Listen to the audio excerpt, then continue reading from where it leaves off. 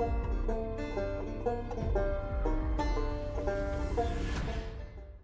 want to welcome everybody back to the show. I want to apologize for being later than usual.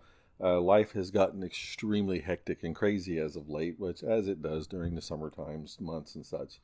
I want to thank everybody again for all the support. I want to thank everybody for the good reviews. Talk a little bit about the changes that are being made. The podcast is pretty much staying the same, just the name has changed and the theme behind it has pretty much staying the same, but we've become a little more inclusive with opening up more areas and such, and more people to be able to come and tell and share their stories.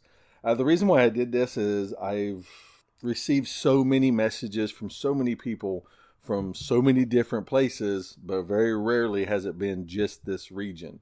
I love this region. All of that will still be a priority thing. If someone comes to me and says, I have this story from the Appalachian Mountain of this region and such, I'm going to take them right away as fast as I can, get set up, get an interview on, and get that episode out. I want to welcome everybody to the new skin of the podcast. It's called Country Road Legends. Again, still going to be the same stuff. I want to preserve culture. I want to preserve your art, your music, all of it from all of rural America. I want to hear those backwood tales, those creepy tales, those campfire stories. I want to hear your paranormal stories, your UFOs, your aliens, your cryptids, anything and everything that you want to talk about, I want to hear. I want to share it to everyone and anyone. If at any time you're doing any of these and you want to come on, but you don't want people to know who you are and where you're from, perfectly fine. I work in the medical field for 20 years of my life. I understand privacy. Don't worry about that one bit. There's another page for this podcast is Virgin. It's Country Road Legends Podcast. Appalachian Anomalies page on Facebook is still going to run. Nothing is changing with that. I love doing that. I love seeing all the interaction and everybody, telling their comments and their stories behind many of the posts. I'm kind of on this true crime kick right now. I've always loved that stuff. I've always kind of had a weird fascination with serial killers too. That kind of stuff's going to be on here as well. When I say with the legends of monsters and culture of rural America, the monsters are human and not human. The night's episode we got is the initial Country Road Legends episode is Brian Seech. Brian Seech is a Bigfoot and paranormal investigator out of Pennsylvania. Very nice guy. Kind of met him through Timothy Rayner's podcast, Strange Familiars, as well as through Jamie King and an upcoming individual, Fred Saluga. So I just want everybody to lay back, sit back, chill out, and have some fun listening. We go everywhere with this. It gets a little weird, folks. I'm not going to lie. So just sit back and enjoy it. Grab a cup of coffee, tea, beer, whiskey, whatever it is you enjoy. If it's Kool-Aid, grab some Kool-Aid. But sit back, enjoy, and I hope you love listening to this as much as I love the interview.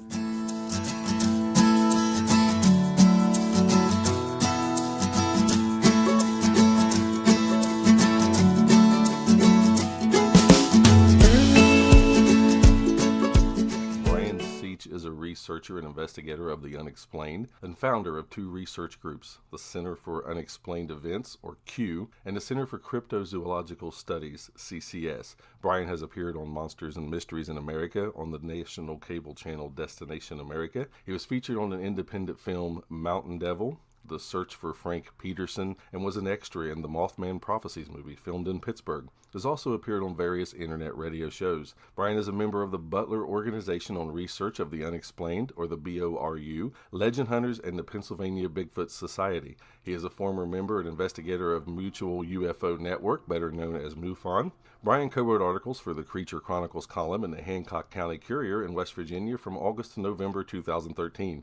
Brian also was a co-instructor for the first ever cryptozoology class at the Eastern Gateway College in Steubenville, Ohio. Sightings of the unknown creatures can be sent to Brian at the Center for Crypto Studies at gmail.com. All names of these events will be held in strict confidence. So we're going to speak with Brian, let him introduce himself. Well, I'd just like to thank you, Josh, for having me on your show tonight. I appreciate it. Yes, thank you very much. Yeah, this is the paranormal in general. It's really important to us. Myself and my wife, we've been we started our group Q in 1986, Center for Unexplained Events. We use that as a clearinghouse for basically all unexplained phenomena, from ghosts to UFOs to Bigfoot, anything under kind of like the paranormal umbrella. So in 2012, we started our newer group, which was the Center for Cryptozoological Studies, which we basically research just any kind of strange cryptid or unknown animal not recognized by science under that group. Probably one of the Bigfoot would be the creature that we have researched the most, because there's more actual sightings of Bigfoot out there, especially in Pennsylvania. Pennsylvania has a rich history, not only of Bigfoot sightings, but of other creature sightings. And just something a little interesting for you and some of the listeners, that a little bit about like the topography of our state. Okay, our forest, the forest about 59% or 16.7 million acres of the state's 29.6 million acres. Okay, and most people maybe not realize it, but about 59% of Pennsylvania is forested, and 90% of the residents in Pennsylvania inhabit only about 10% of the total acreage, which I found that really amazing. You know, looking it up and doing some stats, I would have thought that would not be true. Pennsylvania ranks, I would say, 5th or 6th in the total Bigfoot sightings in the United States. And most of the sightings of Bigfoot take place in the Chestnut Ridge area. That's a ridge of mountains that runs 90 miles from Indiana, PA, down into Morgantown, West Virginia. Again, we have both of our groups have researched these, have done field research since 2000. We were also members of the PA Bigfoot Society when it was in existence. It is now the Keystone Bigfoot Project, which we're still members. And we've researched all around Pennsylvania. We've also gone into Ohio and West Virginia as well. So yeah, okay. When I read the thing about the Pigfoot, oh my gosh! Well, I've created a new one. The Pennsylvania Bigfoot Society, because I kept thinking that I wasn't sure I've heard of that one, but I've heard of the Keystone. That one's for sure. So with the encounters and the investigations, I guess since you've been doing it so long, what was the first event that brought you into doing this?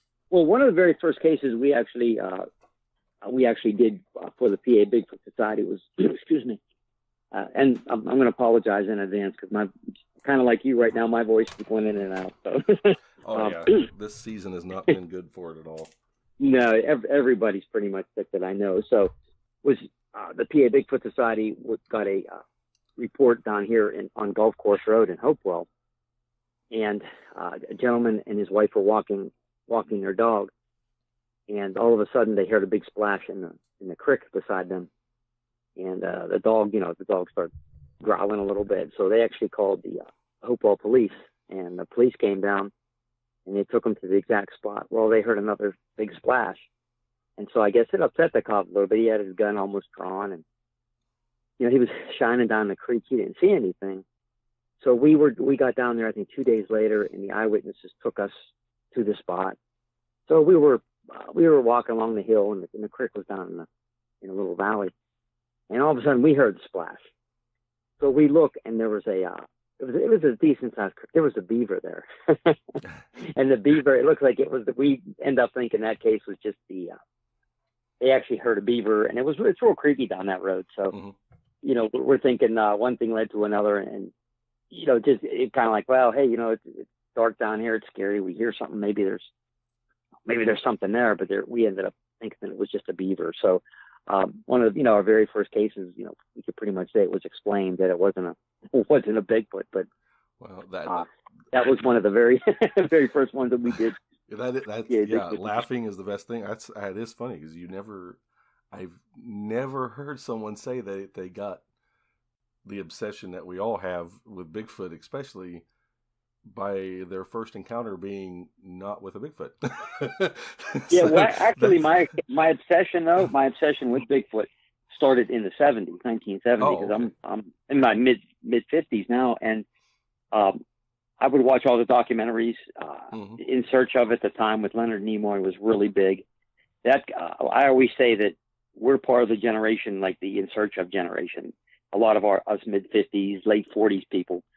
That's what got us involved. Now, newer researchers, we call them the Finding Bigfoot generation. They're the ones that got interested, seeing Cliff and Bobo, and that's what kind of got them interested. A whole new set of researchers are out there now. But my obsession actually went all the way back into the 70s. So yours is similar to mine. It started in childhood, kind of, Because the funny thing is, I mean, I'm 40, and that's what I did, was the in search of reruns and, you know, seeing all that stuff and those shows. It just, yeah. That show, there was something about that show that it seemed more relevant than a lot of like paranormal shows kind of do nowadays. You know, there was less Hollywood in that than there is now. And I think that's why it did stimulate so many people into really leaning into that and that obsession of everything from the ghost to Bigfoot and cryptozoology. So it was a pretty amazing TV show, that's for sure. Yeah. Back then, they just basically focused more on the cases, and they would do a short little reenactment, but they wouldn't sensationalize or you know, kind of go off kilter a little bit. I was on several episodes of Monsters and Mysteries in America, and yeah, they tended to sensationalize their episodes more, especially the one that they did about the Shenango Valley Dog Boy. I think they took kind of some liberties, and when when you do these shows, I interviewed for like an hour, and you know, I answered all kind of questions. And that particular, the Dogman story, which our organization brought to the group, actually brought to them, we had drawings and everything, and we ended up believing, which we still do, that this was actually just a boy with hypertrichosis, a deformed boy. But that doesn't sell as much as, hey, this could be maybe a possible werewolf boy, if you see what I mean. You know yeah, absolutely, yeah. And you know, they do have to have ratings; they got to make their money, so you know, it's understandable. Well, you know what? Beautiful segue. Let's just move on into that, and let's go into the Dogman phenomena, I guess is the best thing to call it, because it did kind of come out of nowhere. I mean, I know all of us know, and most people know, that the werewolf stories have been around for thousands of years, but the Dogman idea has really kind of taken foot in just the last few years. So is this something that you guys do get a lot of reports of that you have to investigate, or do you hear that a lot, especially like in the Pennsylvania, Ohio area? Yeah, well, actually, you know, going back to like what got us into that actual phenomena isn't our first case that we did. Actually, was in 2007 in Cuyahoga Falls, Ohio. Our friend Jody Cook knew someone who claims that they saw one of these creatures, so we hooked up at a Bigfoot conference in Ohio, and we got the lady's address, and we went to the location. And it was interesting that she saw one of these creatures walk. It was probably like 1 a.m, and she was driving home, and one of these creatures crossed the road, and she says it looked like the creature from American Werewolf in London. She said that it had patches of skin, was fur, almost like it was morphing like. And the interesting thing is, which would kind of set the tone for kind of some later reports, it ran from one side, the left side of the road, to the right side of the road, and there was a big power substation there. So it ran towards there, and then it ran back into the woods. So we kind of found out after, I think right now we have about 16 reports on file of the Dogman from PA and Ohio, that several of them, that these creatures are going near, or they're coming from, power substations. So another one we got was in Newcastle, which is in Lawrence County, Pennsylvania, where a mother and daughter they would take a walk in a local cemetery, and a daughter went into the car to wait for her, and there was a storm brewing. There was a bad thunderstorm, lightning everywhere. So the mother leaves, and she crests the hill. You know, she goes over the hill. As soon as she goes over the hill, they start to see lightning. The daughter is in the car, starts to see lightning, and all of a sudden, out of the woods comes this 4-foot tall, like dog-like creature walking around the car. And she had a dog in there, and the dog was growling, and she was scared. Again, the lightning's starting to get worse, and then the mother comes back, and this creature just goes right back into the woods. So again, there was a buildup of electricity in the air and stuff, and all of a sudden this thing is there. Could there be some kind of a pattern there? I mean, looking at like a lot of these reports that we get, these creatures are in an area and then they're gone. Are these some type of interdimensional creatures? Well, yeah, I'm on that same page. I honestly have in the last probably 5 years started leaning more towards a lot of this being more paranormal than, I guess, cryptid kind of flesh and blood stuff. With the Dogman, though, that's crazy, because I just talked to someone on Facebook on the page, I want to say maybe 2-3 days ago, and they mentioned that American Werewolf in London reference. He That's actually interesting. how he said it was. He said, "Did you ever see the original Wolfman, the black and white one?" I was like, "Well, Yep. absolutely." And he said, "Well, remember when he's changing?" He says it looks like they're just running in and gluing patches of fake hair on the person. I was like, "Yeah, yeah." And he goes, "Kind of like that." He gave another reference, which I'm not going to use because it'd be a little too offensive, I think. But it made sense to me being medical. The reference did, but he kept going back to that, and he said it looked like the guy did off of American Werewolf in London. I think though with the Dogman thing that, and both of your encounters basically represented that too. Outside of the dimensional or paranormal effects of people seeing the lights and other issues, is the fact that you don't really ever hear of someone being attacked by this evil looking beast, as they call it. When people see it, it's always like it's there, it sees you, it scares you, and then it's gone. And then it's gone. Right. Yes. And then but no one, I mean, I haven't heard any. I haven't looked up attacks of Dogman, but I've never really heard one where people said they got attacked. It was always, it would do like an intimidation factor, or it would just put a fear, and then it would disappear. It would run off, and that would be it. It was, I don't know. It's crazy. And everyone always says pretty much the same thing, is that it was evil. It didn't come near me. It didn't get near me, but when I saw it, it was evil. So I lean 100% towards it's either spiritual, dimensional, or even, to get a little more crazy, extraterrestrial, or even ultra-terrestrial, I guess. But the one thing, though, that I have heard a lot, and I guess this is my favorite part of the Dogman thing, is the evil grin. Mm-hmm. Has any reports had that? Because I've read several that talk about the person said it just it smiled at them like a dog would smile, but bigger. Have you gotten anything about that in your all's reports, or? We haven't got anything that the eyewitnesses stated that looked like an evil grin, but several, when they saw this creature, it was almost like it was benevolent. It was something to be feared. It wasn't, when people see a Bigfoot, they don't seem to have this fear factor they do when they see this creature. And let's face it, a giant 7-foot upright wolf looking at you with red eyes. We actually got a report a couple of days ago, which I still have to talk to the gentleman from Summit County, Norton Township in Ohio, that he was driving to go deer hunting, and he saw this. He was about 50 feet and this Dogman creature was on the side of the road by a tree, and this creature had red eyes, and it was looking at him. Again, I'm probably going to try to talk to him today. I just got the report just recently. He even drew it a very good description of it. I'm going to ask him if I can share it on my Facebook page. Several of them, they're either yellow eyes or red glowing eyes, almost, the red almost pretending some kind of evil in it. So, right. But never have I heard the grin part of it yet. I could almost handle seeing the upright walking dog from a distance, but if it turned and grinned at me, there's going to be some clothes that need changed. I can tell you that for sure. Yeah, it's your fear factor. Yeah, fight or flight. You know what I mean? Right. Yeah, and that is the crazy thing. Like you said, with Bigfoot, it's a wavering. There's just as many people that seen the Bigfoot and were like, "This was the coolest thing I've ever seen in my life." I'm obsessed now. I love this. And then there's some people that just see it walk across the street and they have PTSD for the rest of their life. But with this thing, it is a consensus. It's evil. Everybody who tells their story says, when I saw it, it was evil. There was something. It was demon. It was evil. It was what's some of the other poltergeist? What was some of the other crazy? I mean, people come up with so many things. Now, I do say, I know that a lot of people like to lean towards the skinwalker idea. I for some reason that one doesn't work for me with it. I don't know why. It doesn't seem that it's that type of spiritual involvement. It does seem it comes from a very nefarious place.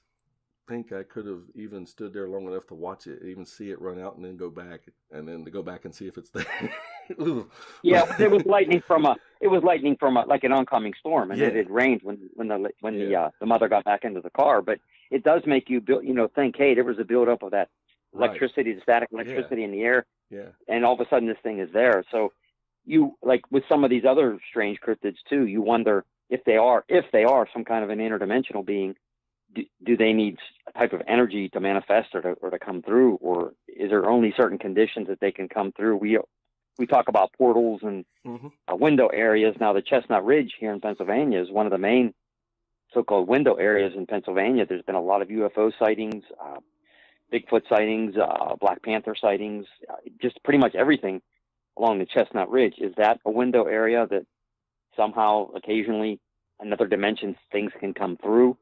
I know that actually, like the government allegedly now doing some top secret Pentagon projects were revealed between 2007 and 2012, and it was called, I'm reading this, so the Advanced Aviation Threat Identification Program. Yep, that was the UFO studies they did that they said they weren't doing. Yeah.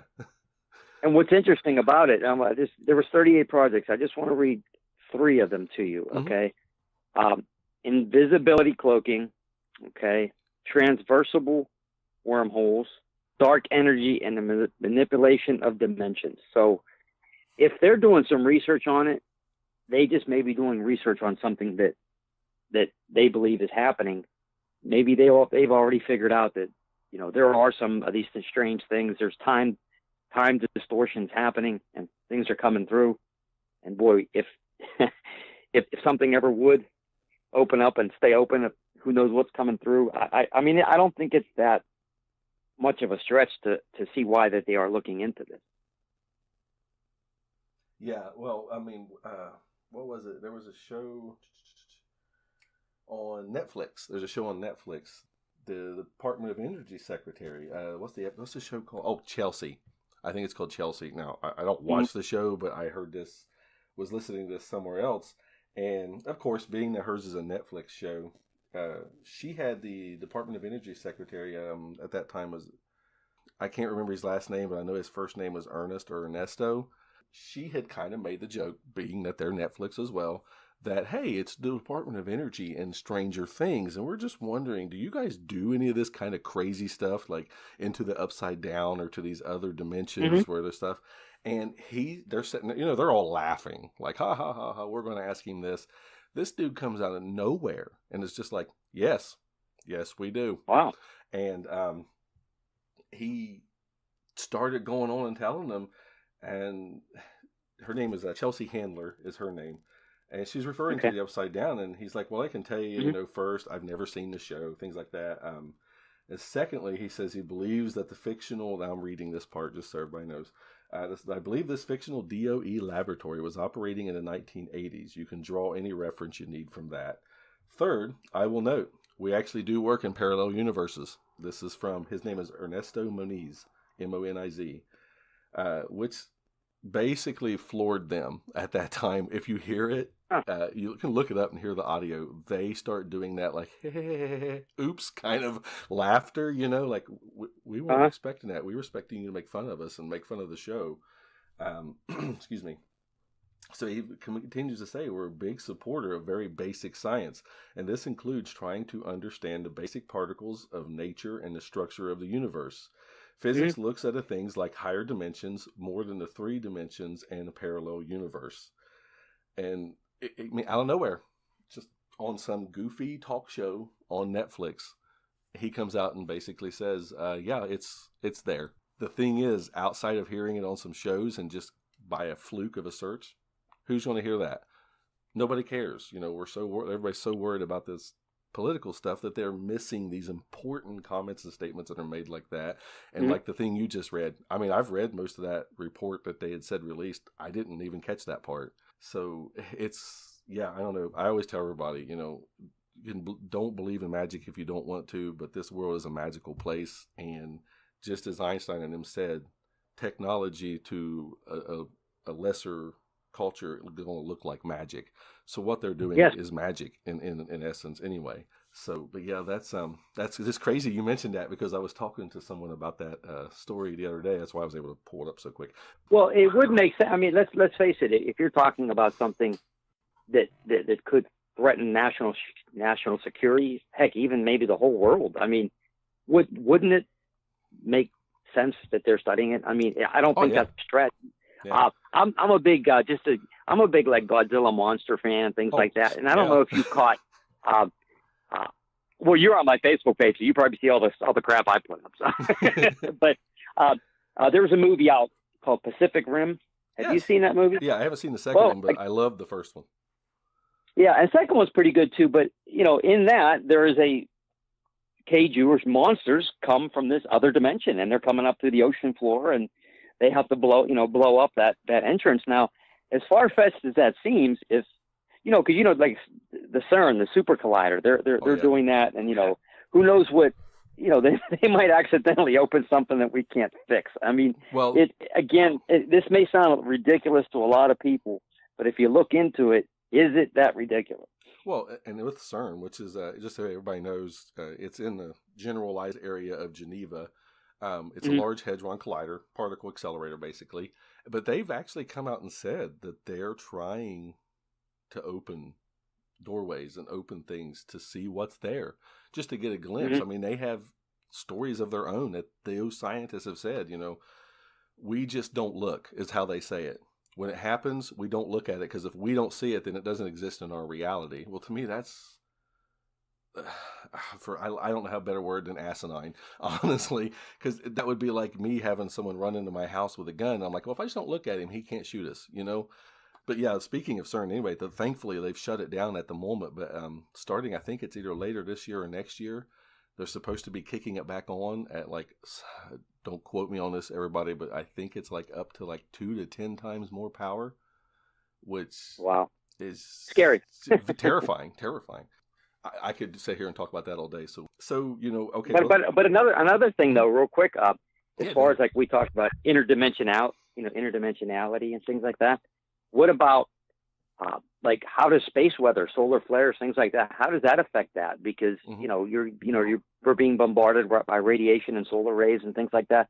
Maybe that could somehow open up some of these dimensional rifts, or and maybe some things can come through. I think there really should. A lot of these researchers should actually look at that angle too.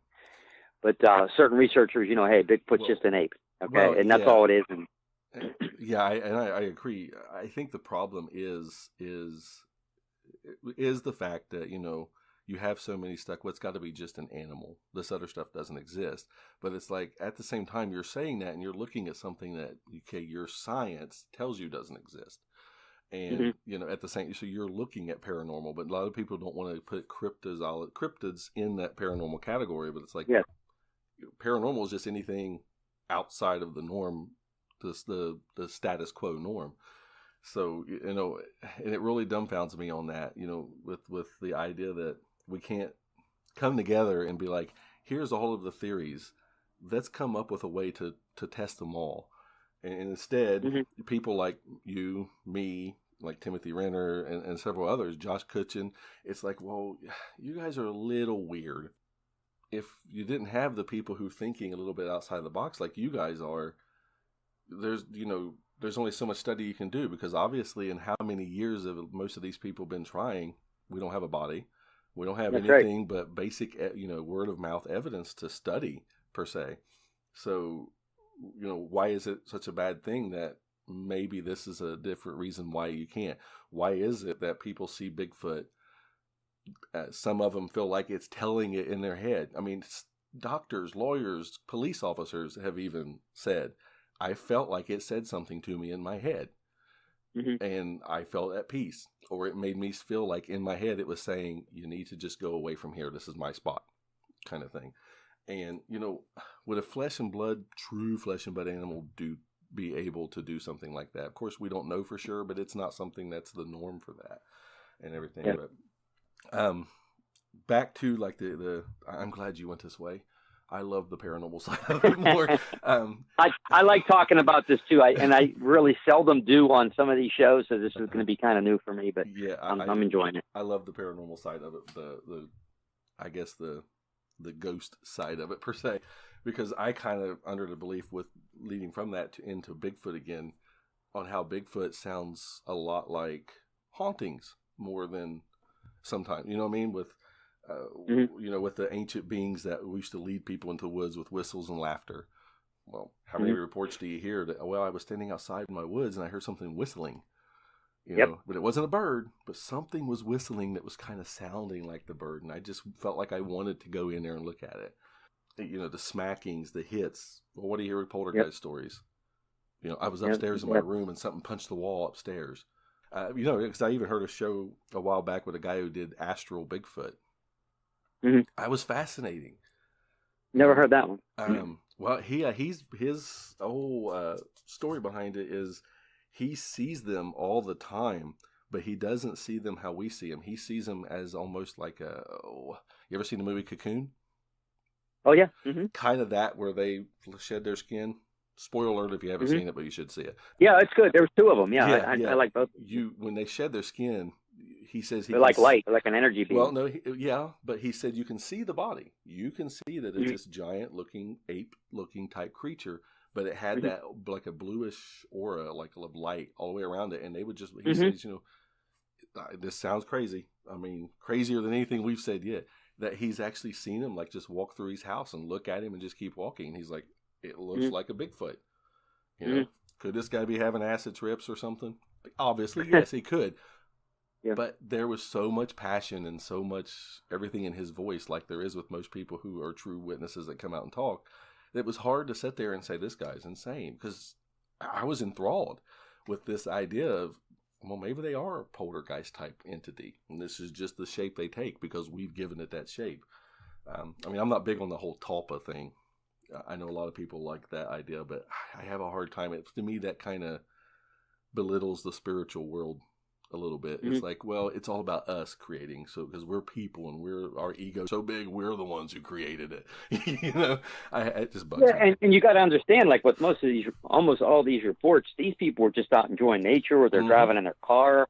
The last thing they're thinking of in most cases, there's going to be a winged Mothman flying across my windshield or something, or it's going to be sitting on the side of the woods. I mean, I would think most people aren't thinking that. Right, and that's my point, because I see people say all the time, well, they're kind of a Talpa. Well, why is it that there are people seeing it that's, still even to this day, or like the only thing they've heard of it is that it's a joke, or the beef jerky commercial. They're not, like you said, they're not driving down the road going to see a Bigfoot, there it comes. So, well, let's move into the winged ones. Of course, everybody who's just about anybody has heard of Mothman, but I'm starting to hear a lot of things of these other bat-like type creatures and stuff that people are hearing too. So do you guys get any reports of like unknown winged creatures, even ones that look like Mothman, but in your area, Ohio? We have gotten some. They're more the rare sightings, but here we actually live in Beaver County, so a couple counties up is Butler County, Pennsylvania, and that's actually where our conference is going to be taking place. There's a place called Chicora, PA, and it's near East Brady. And in 2011 to I think 2013, my good friend Dan Hagman, he runs an organization called BORU, which is the Butler Organization for Research for the Unexplained. He started to receive these reports of this creature. They have dubbed it the Chicora gargoyle. This creature was like around 9 foot tall, wings on its back. It had an aerodynamic head that looked almost like a aerodynamic bicycle helmet, and wings across its body, legs that were bent backwards. One of the cases that Dan got, this creature was standing beside a sign right down from a place called Kepler Corners. There was an ice cream stand there. So we went to the area, and the eyewitness says that this creature was bigger than the sign, and it crossed the road in 3 steps when the headlights hit this thing. So we actually measured the berm to berm, and it was 11 foot. It was 33 feet across this particular road from berm to berm. So you're talking, it took 3 steps. So you're talking about an 11-foot stride for this thing. Again, the interesting thing about this is when I saw the original drawing of this creature, I got like goosebumps down my arm. I said, I've seen this drawing before. I've seen it. So I went back and I looked through my files, and I remembered, because we have a huge archive section, and we've been archiving stuff for years downstairs. We actually call it our S-Files. I looked believe it or not, I looked in a Bigfoot newsletter. A gentleman by the name of Billy Green in New England. I'm like, I saw this. So I'm digging through, and boom, there's the report. Okay, I'm like, this looks so eerily similar. And luckily, there was an eyewitness's name still on it with the phone number. So I'm like, what's the chances? Okay, that's because this was in '93, right? What, 18 years or whatever. So, and it was the same person. So she didn't actually see it. It was actually a third-hand report. Somebody her son knew, and basically there was 4 people coming back from a drive-in late at night, and they crossed it. They were going down this dusty road, and this creature moved from left to right. Again, it was about like 7 to 8, 9 foot tall, grayish. The head looked like a aerodynamic bicycle helmet, wings across its back. And the interesting thing about this too is its legs bent backwards like the Chikora gargoyle allegedly looks like. And they said when it got to the right, or went to left or right, when it got to the right side of the road, they said its wings spread out and it shot straight up. They said it did not flap. It just, the wings went out and it shot straight up out of sight. So when I looked at those 2 drawings, so I mean, it's like it'll give you goosebumps, from '93 Allentown, PA, to 2011 Chikora, Butler County, PA, and I'm like, wow, it was really something. And we've gotten some other ones. We did one August 24th of 2016. My friend John and I in Allegheny County, where this eyewitness was sitting on his porch, and his dog suddenly like looked into the woods and ran out and pointed toward a tree, and then it barked one time, and it was real skittish. So he goes out there and looks, and he sees this winged entity sitting in the V of a tree. So the eyewitness got scared. He ran into the house to get his pistol. He ran back out there, and it was gone. We were actually there. We were able to get there about 5 days afterwards. And we did check out the area, but we didn't see anything because it was up in a tree. We went to the tree, took pictures of the tree and everything, but we didn't find any evidence. But this gentleman was really shook up, and his wife his girlfriend did a really nice mock-up of what this thing looked like. And it looked like a person with wings, but its head was more roundish. It wasn't, didn't have the aerodynamic, bicycle helmet type thing. We also received one in, I think it was 2011 in Newcastle, Lawrence County, of a gentleman looking outside, and he sees this winged entity nearby him in the woods. And this creature actually had a blue face. And he watched it for a short period of time. He ran to get his grandmother. When the grandmother came, they looked outside and it was gone. What are they seeing? I mean, It would be kind of a stretch to think all of a sudden you've got winged entities out there with Bigfoot, out there with Dogman, all in the woods at the same time. And there's not more evidence of them. You know what I mean? Oh, yeah. Well, yeah, and that's the most frustrating thing, too, is like, well, we go to show up to go look, but, it's been there and gone. Yeah. What are you seeing? Like you said, well, we got some pictures of the tree and everything. That's, I think, too, is the most frustrating part of the whole ordeal. With how I talk about people, they're like, how can you believe, they saw this, they saw that. And I'm like, oh, so you were there when they saw it, right? And, well, no, but obviously, well, no, it's not obvious. You weren't there. They saw what they saw. And especially it's these, like him, these people live by their woods. They know their woods.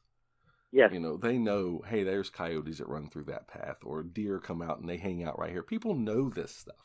So when something's weird, they take attention, and you don't just mistakenly see a bear and then have PTSD the next day, kind of how it works. But these wing things, see, that's so weird, because even with like the Mothman stories, a lot of people's reports was it was standing there, wings spread, and it just took off. It didn't like have to prepare to flap. So yeah, that's either some kind of crazy military jetpack experiment, or that's something not of this world.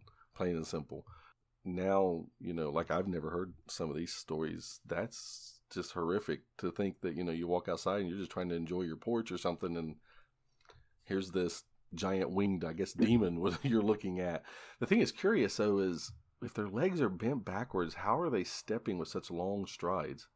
I don't know. It's interesting. When I found out, I found out another, there was an article, a story in a book that said, I think it was a gentleman in Puerto Rico, was a guard at a government site, and it was late at night, and he looks out there and he sees this winged creature, and he says the first thing that he noticed, its legs were bent backwards.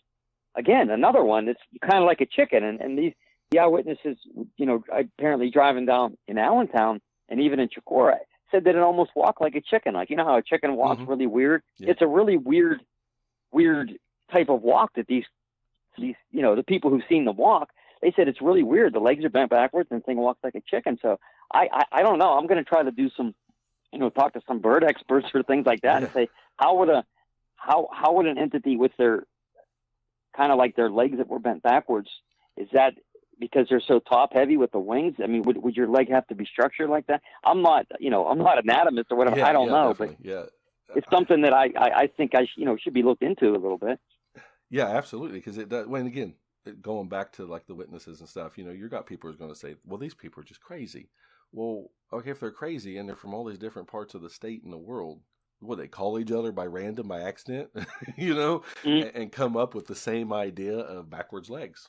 Yeah, those are insane. Those are almost terrifying to just think about seeing, because and again, it's that whole idea of one and done. I saw it, there it was, going, or I went to get somebody, and before I got another person, going.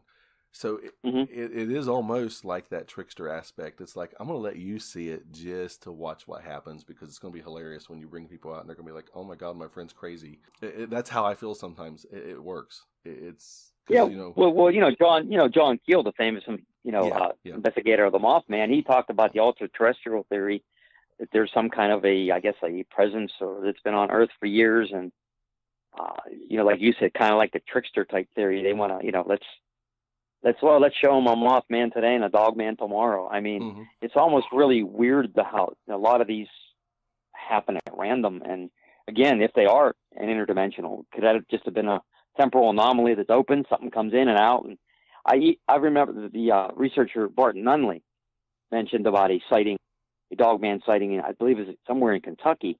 It was during the day, and a farmer is out in his field, and he looks over and he sees a shimmer, sort of like you would see on a really hot day driving down the road. That mirror, that shimmer right above the road.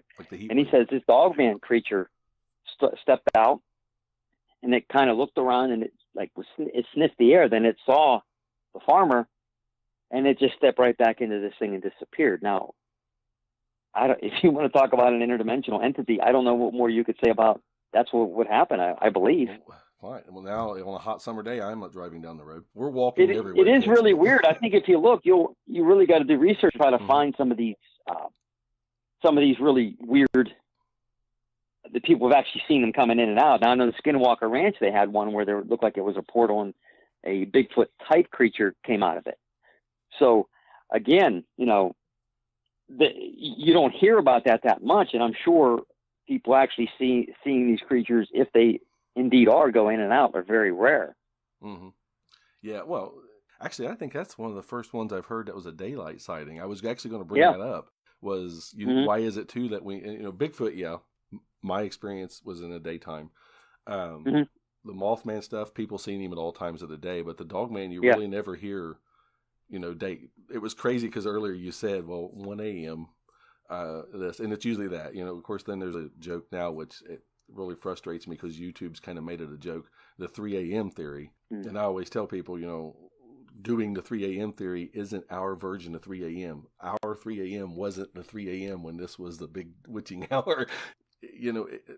I'm going back, and I hate this because I'm flipping all over the place, but you got me into the paranormal side of it, so my brain goes all over the place. No, that's fine. That's interesting. Going back to the Dogman thing, you said the cemetery.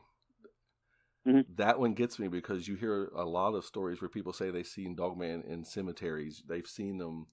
I read Bigfoot one too, yeah. Yeah, and I read one too with the Dogman, that there was one that looked like it was actually like not really using a shovel, but some kind of a tool, and was digging in a grave. I've heard about that, yeah. Yeah, and the person seen it, it turned, it gave them that look of, I'm evil, I can't touch you. That's always, I've read some where they said that they felt like it couldn't hurt them, or it wasn't allowed, but by God, you're going to know I can. It was kind of the idea. Yeah.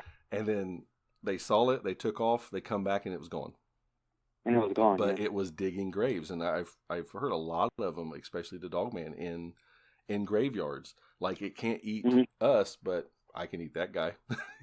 I'm not hurting anybody. I mean, it's weird. Yeah, it's another weird aspect of a very weird phenomenon. Yeah, this stuff is just the farther you go. I mean, I kind of live in the rabbit hole a lot, and a lot of people.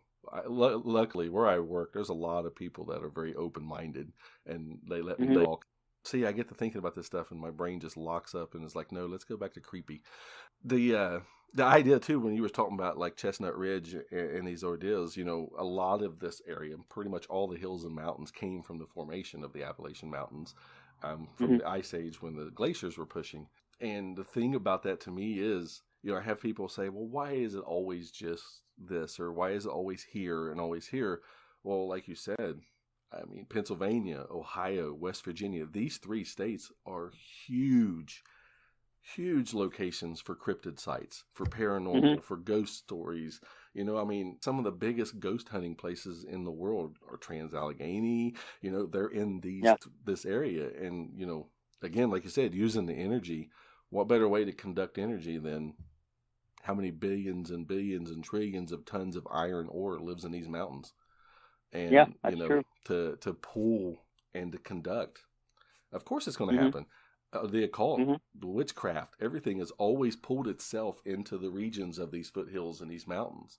And there's a reason. There's an energy. There's a conductivity here that it doesn't surprise me that it does work that way. So on the winged cryptids, I mean, do you lean more to it being interdimensional, or do you think or do you have a lean towards that spiritual kind of thing? Because to me, that one just seems more demonic. I'm leaning way towards the spirit side on that one. Well, it's interesting you say that, because if you would ever talk to Dan Hegman, he would tell you that several of these people who saw this Chikora gargoyle, they said the same thing. They said it looks like it came from hell, and they wish it would go back. I mean, two or three of the witnesses told him that. Do I think it's demonic? I don't know. I mean, if other than maybe I still give Bigfoot the best chance of it to be actually still be, you know, as a flesh and blood creature. The other ones, I think they probably are more of an interdimensional entity. But, you know, like our organization, we're out there looking for solid proof. Right. Footprints, maybe the creature tears its wing off or something. That's what we're looking for. If you find it, as a cryptozoologist, as a cryptozoologist, this is what you're looking for. You're looking for physical evidence of a physical creature. Now, that doesn't mean that we think these creatures are all physical, but you have to approach all of these subjects, to me, scientifically, and then see where it goes from there. Yeah, that's how I am. Though I do lean more towards the paranormal aspect of it. But it's like I tell people all the time, they're like, well, no, it's got to be flesh and blood. Well, it's like, okay, do you believe there's demons? And they'll say, well, yeah, I believe in demons. Well, they're saying, but demons aren't physical. I'm like, are you sure about that?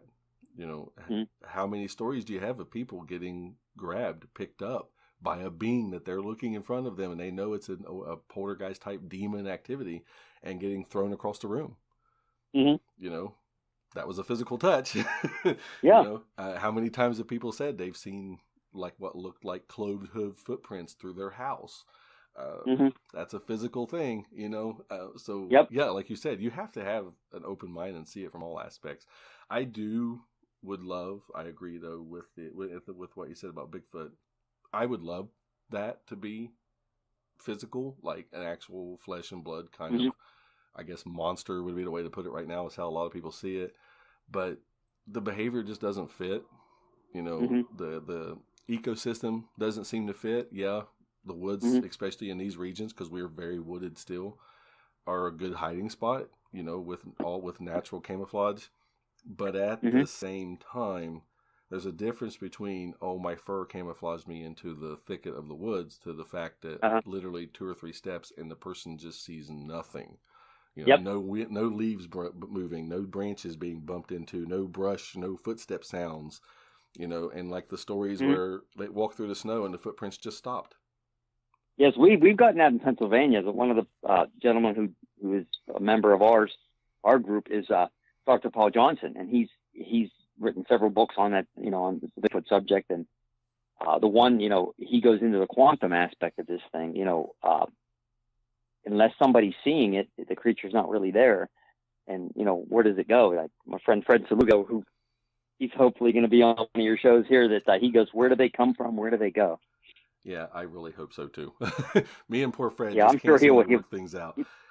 He would love to be on your show. I know that. Yeah, I'd love to talk to him as soon as he said MUFON. But yeah, we were both investigators. My wife and I, several years back with MUFON also. So I was just going to go there with that. We kind of use it to go in was, you know, I don't want to do a lot because your stuff on the cryptids, you know, really fascinated me from Tim's show. And I was like, I have to talk to him, you know. You know, you and Doug were two people that I really, when I heard you, I'd known of Doug for a while. Then I heard you, it was really, you know, because I kind of stayed away from the cryptid stuff on Facebook and everything with my personal account because as I had told people a little bit here and there about what I saw when I was younger, you know, I reached a place that I worked and someone was like, hey, I seen that you posted this. At that time, it was early Facebook when I first started it, which was a horrible idea. But they was like, I seen you posted something like that. And it was a place I worked and they were like, oh, you're crazy. I don't want you being my boss. I don't want you being a supervisor. So, you know, I think you need to think about what you really saw. And, you need to tell people that you were wrong or something, or I'm going to talk to, you know, so-and-so, and we're going to get you fired, and people's going to think you're crazy. Oh, wow. And I removed it. I just took it all down. Okay. And like I said, I sent, you know, I have I'll have to find them, some snow pictures of a place that from just the last place we lived before we moved over now. We would hear little things out back behind this little house. And the way the house was set up on the land, it was flat. And then it kind of went up about, I don't know, probably 20 feet back from the house. Had like this little, I guess, hump, but it was about 5.5, 6 feet high. And then it went to a flat field again. Well, we had about 3-4 inches of snow. And I kept thinking someone was outside where the kids' room, the twins' room was at that time. Like something was out there. And, you know, we had rabbits all the time that we kind of getting that because there was berry bushes all along that little hill, that little hump there. And so the next morning I come home. I don't get home from work until between 1:30 and 2 a.m. I come home. I have my flashlight on my phone on. I'm walking along, looking down, making sure I'm not stepping in like mud or something with the snow. There was nothing on the ground. My footprints went from my driveway straight across a little walking stones path to my front deck into the house. The next day, I come outside to get something out of my truck. I look over, and there's these big melted prints in the ground that come from the back of the house. Okay, from nowhere. They come from the bottom of that little hump, walk around the side of the house to about where my truck is, and stop again. And the only thing that bugged me about them was they looked like I took a fake foot and stuck it in the snow. They're that, a couple of them are that like Hollywood perfect kind of shape in the snow. So I sent them to Doug and I put them on his Facebook page. And immediately there was someone was like, I hate to tell you this. And I said, well, I messaged the guy and I was like, what? He says, those are your feet print and they've melted. I said, I need to, I sent back the guy. Here's where I walk in from my car. Okay, straight across here. There's no ground. Why would I walk to the back of my house at 2:00 in the morning? You want to go to bed. Yeah, it's an hour and 10-minute drive from work. I'm not going to come home like I want to take a stroll out back in the middle of a pitch black night. You're right. Out there, it was out living around cow pastures and stuff. And instantly, it was instant. Nope, that's your feet print. I'm like, then why was I walking from the back of my house to my truck, but there's no footprints of mine going to the back of the house from my truck? Yeah. Well, you stepped in the same ones. I'm like, okay, that's legit. And then I sent him another picture. I'm like, then why does this look like a ball of a foot and a toe? And he's this happened in Ohio then? Yeah, this Minford, Ohio is where it's called. Okay. And he was like, he's like, oh, well, that's kind of where you stepped. I'm like, okay, well, here's where I took a picture of my footprint beside these footprints. Here's my sneaker, which is what I wear. I wear tennis shoes all the time. I don't care if there's 2 feet of snow. I'm not stable in that aspect. I said, here's this. I said, yeah, my footprint melts. It melts. It's going to get inch or 2 bigger than this maybe. For one, why is it going to melt the snow when it was 19 degrees that night? Yep. Why is a rubber sole shoe going to melt the snow? And I said, and for 2, this one is about 4 to 5 times width and length of my foot, my shoe. Wow. And I have a size 14, E width shoe. I have a big foot. and not the kind of pun. And again, but it was constant. Nope. And I'm like, done. Took him down off. I deleted the post off of his thing. And Doug knows this. We talked about it before, and because he remembers them. But I'll shoot them to you and let you see. You can see too. Yeah, I'd be interested. Yeah, thank you. I'd like to see them. Yeah, that'd be cool. But again, and where I was going with that, because again, like I told you, I ramble, is fact that I think the reason why we don't have more and more and more going on, why we don't have good pictures, or why we don't have good video, or why we don't have, because there's people out there, I believe, that have it.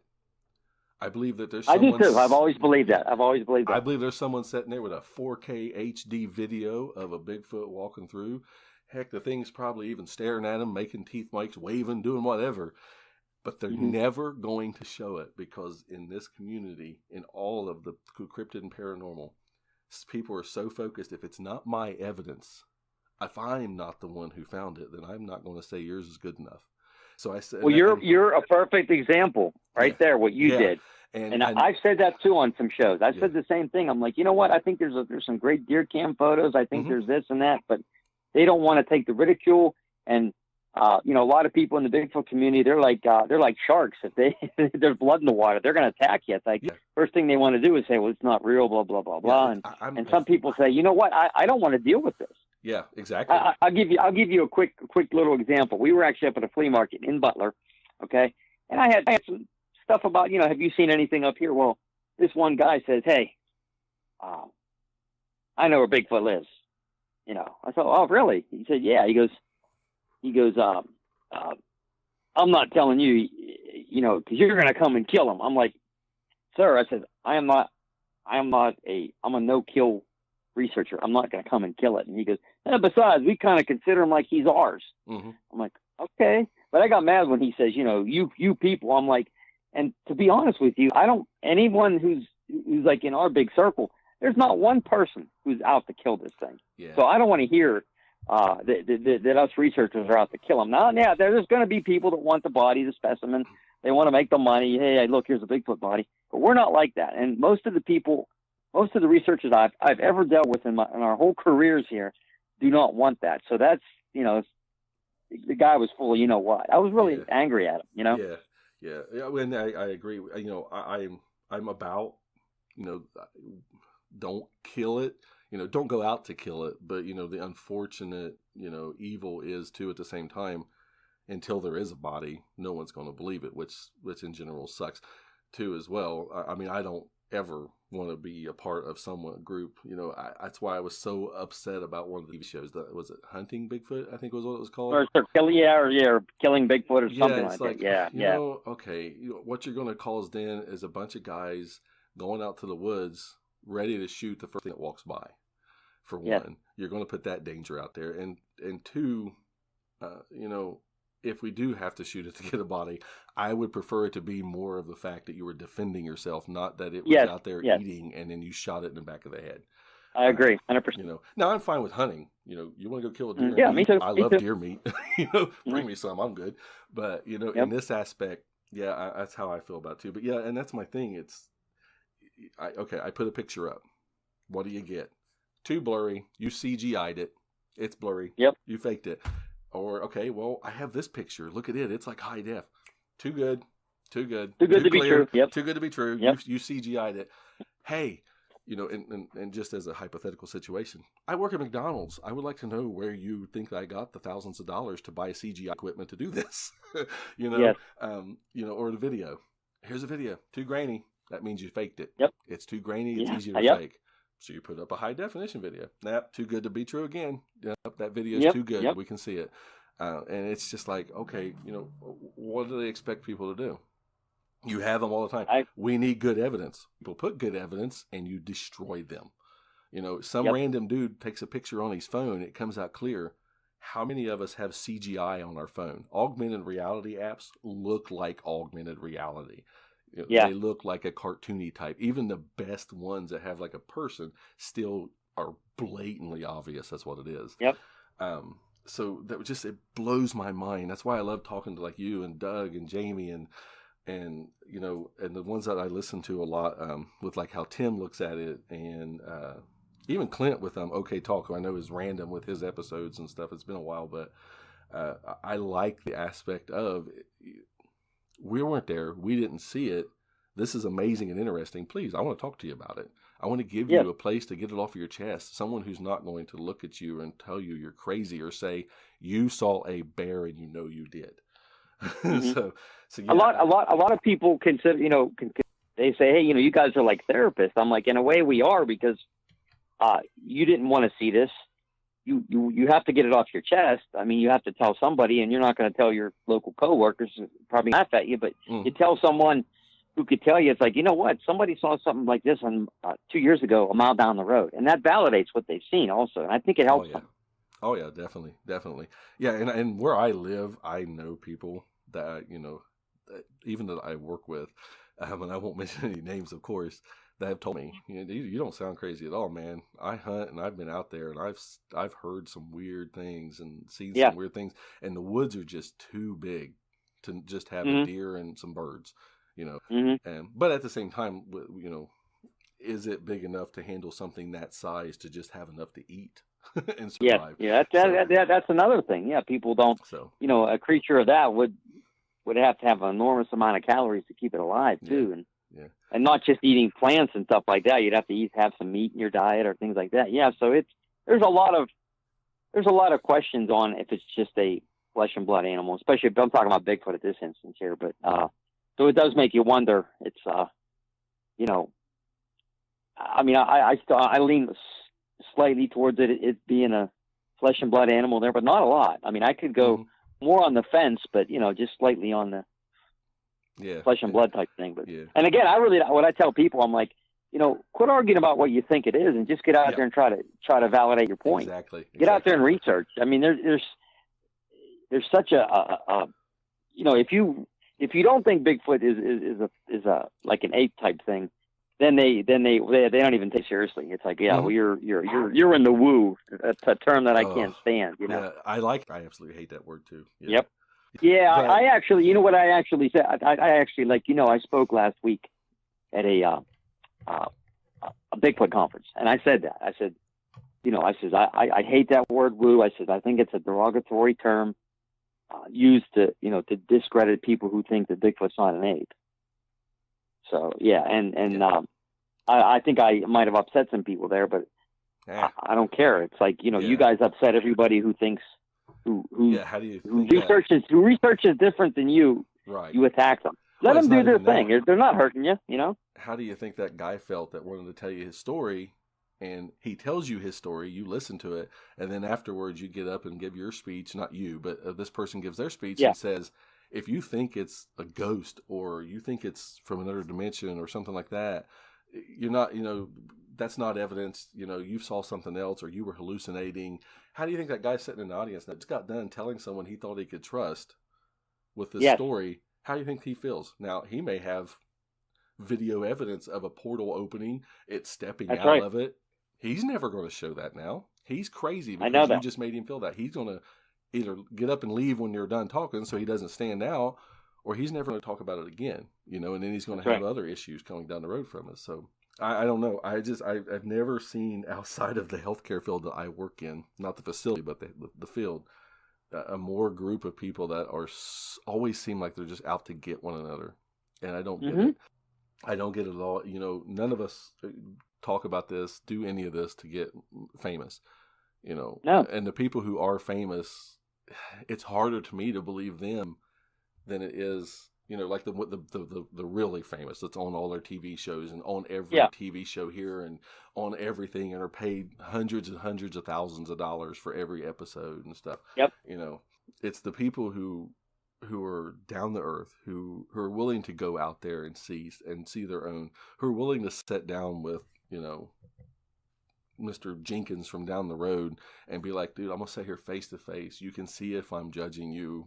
Tell me what's going on. What are you seeing? What's happening? I'm not going to tell you. Yeah, that's my favorite part of it, actually, is, when going out to the encounter site, the conferences and stuff, you do them because you have to, but that part of it, actually, I enjoy less as time goes on, to be honest with you. I just want to get out there, do more hiking, talk to some of these eyewitnesses, go to those encounters, look for something more than sit in a conference hall all the time. Like some of these people, that's all they do. I mean, it's conferences, and it's like, well, do you ever get out or do you ever talk to any eyewitnesses? No. Well, I go to all these conferences and I sell some books or I do this. Right. Yeah. I'm like, well, if that's what you want to do, that's fine, but that's not what I want to do, Yeah. And that's why why I like you and Doug and Tim. You get out, you listen to people, and no matter how, and this, pardon me for the word, but insane the story may sound when it's being told, mm-hmm. you sit there, you listen, you look at the person with the same thing. Like I was saying, I wasn't there, saw something, obviously, look at you're crying in front of me, and things. So yeah, I would love, like I told Jamie and stuff, I would love, I envy you guys so much, and that you get to do this kind of stuff. And this is just my little part of of trying to get it out there too. Is just to get out there and be able to be on the feet on the ground and talk to the people face to face, and see their reactions, see their body movements, tell that this person saw something that just shook them to the core. And I envy it. I honestly do. Even if I was just able to do it once or twice a year, it would be something that I've always really did want to do. And we've gone out with Jamie and Jenny several times too, and they're fantastic people. Oh, I like Jamie. We went up to Shenango several times with them, and they're two of some of the best people you'll ever want to meet. I could tell that he was a pretty genuinely super nice person. It was pretty amazing. But yeah, the crazy thing with his stories too is it kind of synchronized into Beaver Creek State Park? Yeah, Beaver Creek State Park. I've had several people on Facebook send me a little snippet about, hey, I was here in this place in Ohio. Doug told me a place about it, and then Jamie comes out and goes, yeah, there was this place. It's called Beaver Creek State Park or something like that. Yeah, we've done a lot of research there over the years. Yeah, it's starting. Yeah, we've done a lot of research there. It's a really active place. There's hauntings there. There's been UFO sightings over the park, and it's just we've heard some strange noises down there. If there's one place I could say, because that's about 45 minutes from us. So we've done a lot of research there. It's probably like, maybe the third or fourth hottest spot in Ohio, actually. So it is a great place. And honestly, the funny thing about it is, I thought I knew the spots in Ohio, and then this come up, and it just keeps coming up to me. Yep. So, and it's not that far. I think it'd be like a 2.5 hour drive maybe from where I'm at. So this is kind of something that I may work on getting up there to go see, and maybe meet Jamie and some of you guys up there too. That would be even more awesome. Oh, we could take you to some of the better areas up there. We actually had a rock thrown at us at Beaver Creek State Park. It was about 4 or 5 of us there that day, and there's a big hill. There's there's a place called Gaston's Mill. There's a little trail down there, and we were walking the trail, and one rock came and hit a pond right next to us, and so we hurried up and ran up the hill. We didn't see anything, but I mean, it was a definite. One of our friends, Kerry Rupert, saw it coming in the air and plop down. Yeah. So somebody or something threw it. We can't say it was Bigfoot because you didn't see who threw it. Right. But yeah. Yeah, no, that's definitely a goal. Well, Brian, this was as great as I thought it would be. It was absolutely fun. I could sit here and keep you on here for the rest of the day and talk the paranormal side of it. Luckily, I have a wife too, and kids that enjoy this stuff with me, so they like to watch the videos and things. Now they're more afraid of it than I am. I've had a very active life from birth, just because of the way I was kind of brought into the world in an emergent and dangerous way, I guess would be how they do it to say. But I've really enjoyed this. I mean, as much, if not more than I thought I would. I love your stories. I really do hope to get out and meet a lot of you guys at some of these conventions and stuff. So at this time, if there's anything you'd like to say, tell people where they can see you, come and check you out, email addresses, websites, anything you do, I'll also put in the notes and stuff. Just kind of let everybody know where they can contact you. Well, yeah, first of all, I'd like to say, thanks for having me on. It was fun. I hope to meet you out there in the field someday or at one of our conferences. Absolutely. One of the easiest ways, probably, we have 2 Facebook pages, a Center for Cryptozoological Studies and Center for Unexplained Events. You could check both of those out on Facebook. message us. You can message us through those too, or you can send, if you've seen any type creatures in, Ohio, Pennsylvania, or wherever, it's Center for Crypto Studies at gmail.com. And we, all names are anonymous. We never use names. We'll just get the encounter out, but not maybe an exact location. So you can come to us in confidence, because confidentiality, we realize that, most people do not want their names out, which I can see why. Yep, absolutely. So we look forward to, meeting you someday. And I do thank you for having us on your program. The honor's all mine, man. You said you had a conference coming up, right? Yes, that would be April 6th in Lindora, PA, Butler County. Admission's $15. And this is the 12th year. We're the biggest and longest running paranormal conference in Pennsylvania. We have John Tenney, Jeff Walmsley, Amy Perry Lane, and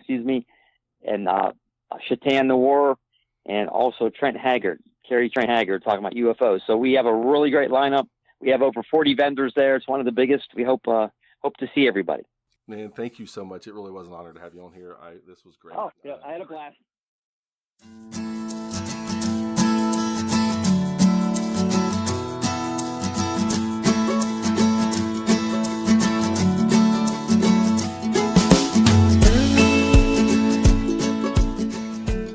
Another episode of Down the Tubes. I want to thank you all for listening. I want to thank you for your support. I want to ask if everyone could go to your favorite podcast player, Apple, Stitcher, Podbean, Spotify, Overcast, subscribe to the podcast, leave us some good reviews, let us know what you're wanting to hear, what the things you like the most. Got a few good episodes coming up already, just got to work out the editing issues. I got some more works for the place, try to get ahead for the summer, got some vacation time and such coming up with the family. I hope you all enjoyed this one as much as I did. We went everywhere with it, I know, but it was a fun one to do and a fun one for me to even re-listen to. I appreciate everything from all of you. Please go to the page, Country Road Legends Podcast. Join the page, interact there as much as you want. You can still contact us at the appellation.anomaly@gmail.com if you would like, if that's the one you remember the most. We also have an email for this, countryroadlegendspodcast@gmail.com. You can go to the Facebook page. You can Facebook message me privately, Josh Riggs. If you have any stories you want to tell, I don't care how crazy you think it sounds, or even if you're crazy, you want to come on and tell a good story, we want to hear it. Just shoot us an email, shoot us a message on Facebook, either one. I'll get back with you as soon as possible, and we'll work that thing out as best we can. I hope you all enjoyed this. I want you all to have an amazing night, an amazing day. Be kind to each other and enjoy life while you still can.